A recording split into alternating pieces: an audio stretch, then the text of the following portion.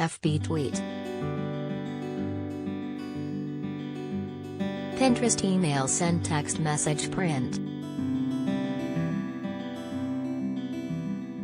A nude protester interrupted a red carpet premiere at the 75th Annual Cannes Film Festival on Friday.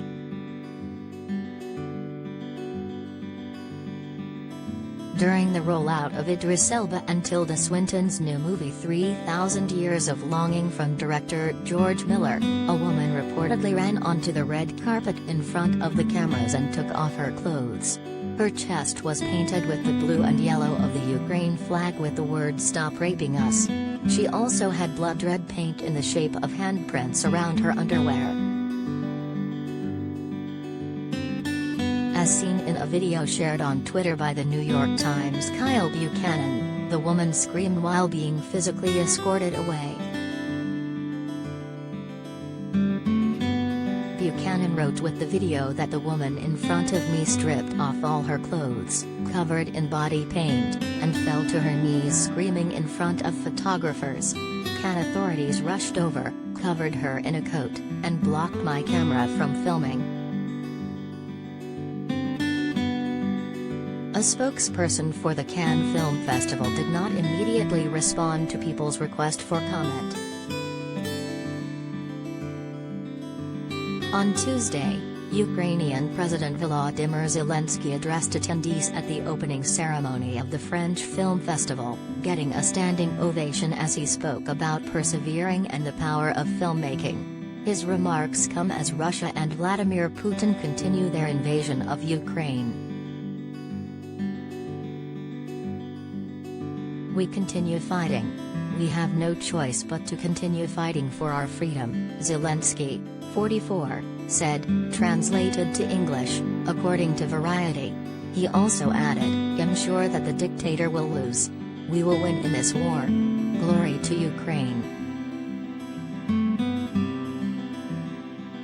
For the Associated Press, he added, "We need a new chaplain who will demonstrate that the cinema of our time is not silent. Today, the cinema is not silent. Remember these words, the power they've taken from the people will be returned to the people."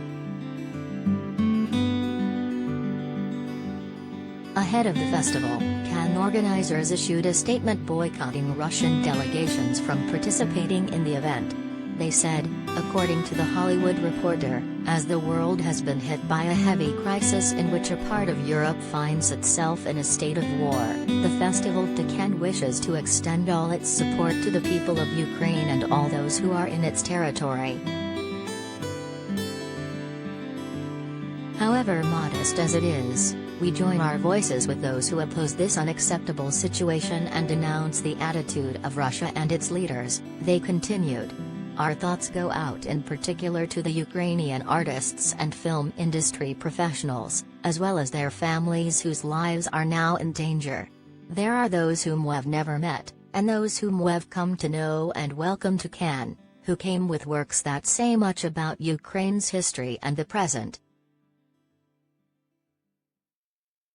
The statement added, unless the war of assault ends in conditions that will satisfy the Ukrainian people, it has been decided that we will not welcome official Russian delegations nor accept the presence of anyone linked to the Russian government.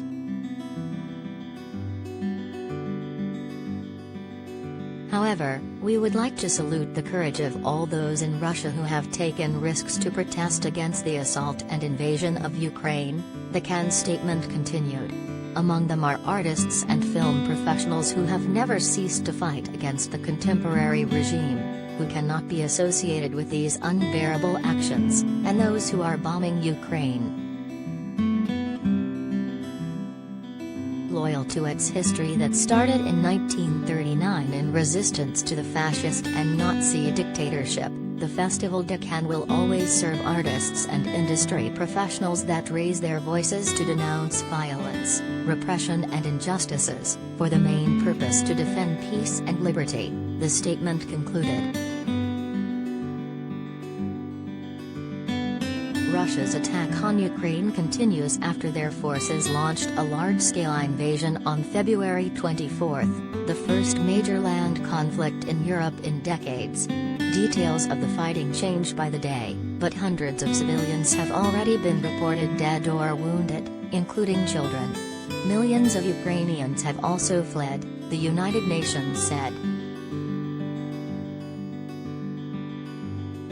The Russian attack on Ukraine is an evolving story, with information changing quickly. Follow People's complete coverage of the war here, including stories from citizens on the ground and ways to help.